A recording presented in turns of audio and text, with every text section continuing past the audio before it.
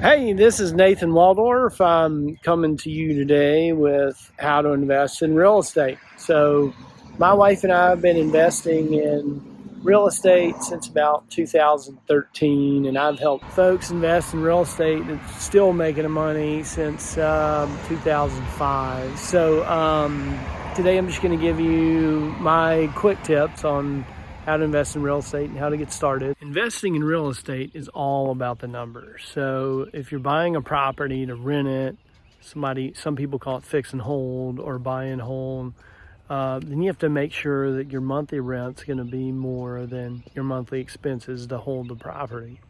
If you're making $200 or more a month after all expenses on a rental, you're doing well. If you pay cash for a property, obviously your return's going to be a whole lot more than just $200 a month on the property. So I'm also happy to help you figure out what your annual rate of return will be on your investment in a property.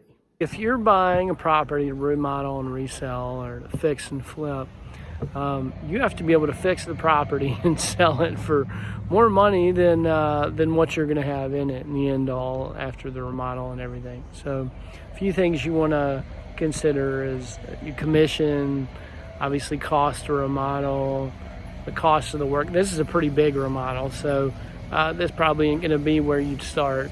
How much you actually want to make off the property to where it's actually worth it, kind of how much you want to get paid.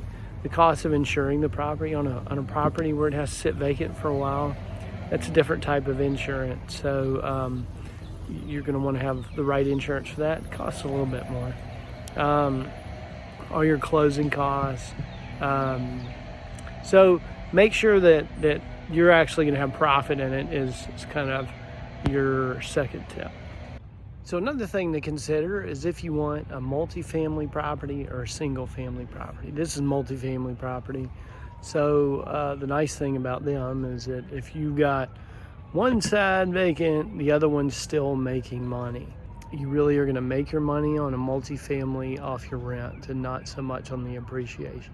With a single family home, you still want to make sure you're making money off of the rent above your expenses, but you also can capture appreciation in the end all when you go to sell the house later.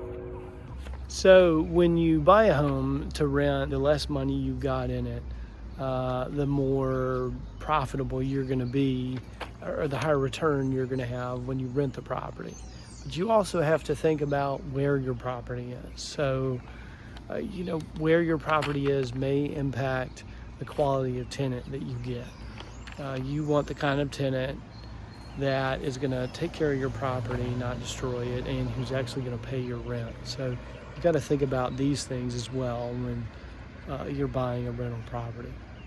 So lastly, if you decide to become a landlord, please remember that you cannot not rent to someone based on race, color, creed, national origin, gender, age, familial status, like if they have kids or not, if they're married or not, or disability. So if you do that, you could end up in a larger lawsuit. If you can't do that, then either hire a property manager to rent your property or don't get into the rental business at all. Make sure that you have a contract and a means through which to pull credit also, so that you're going to be ready to lease your property once you own it.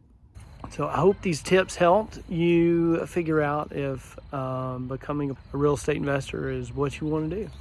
If you're thinking about buying investment property, give me a call. I'd be happy to help you navigate that process, identify a property that could make you money, and walk you through that. Put my expertise of investing myself behind your home search. So you can call me at 423-544-7700. Thanks.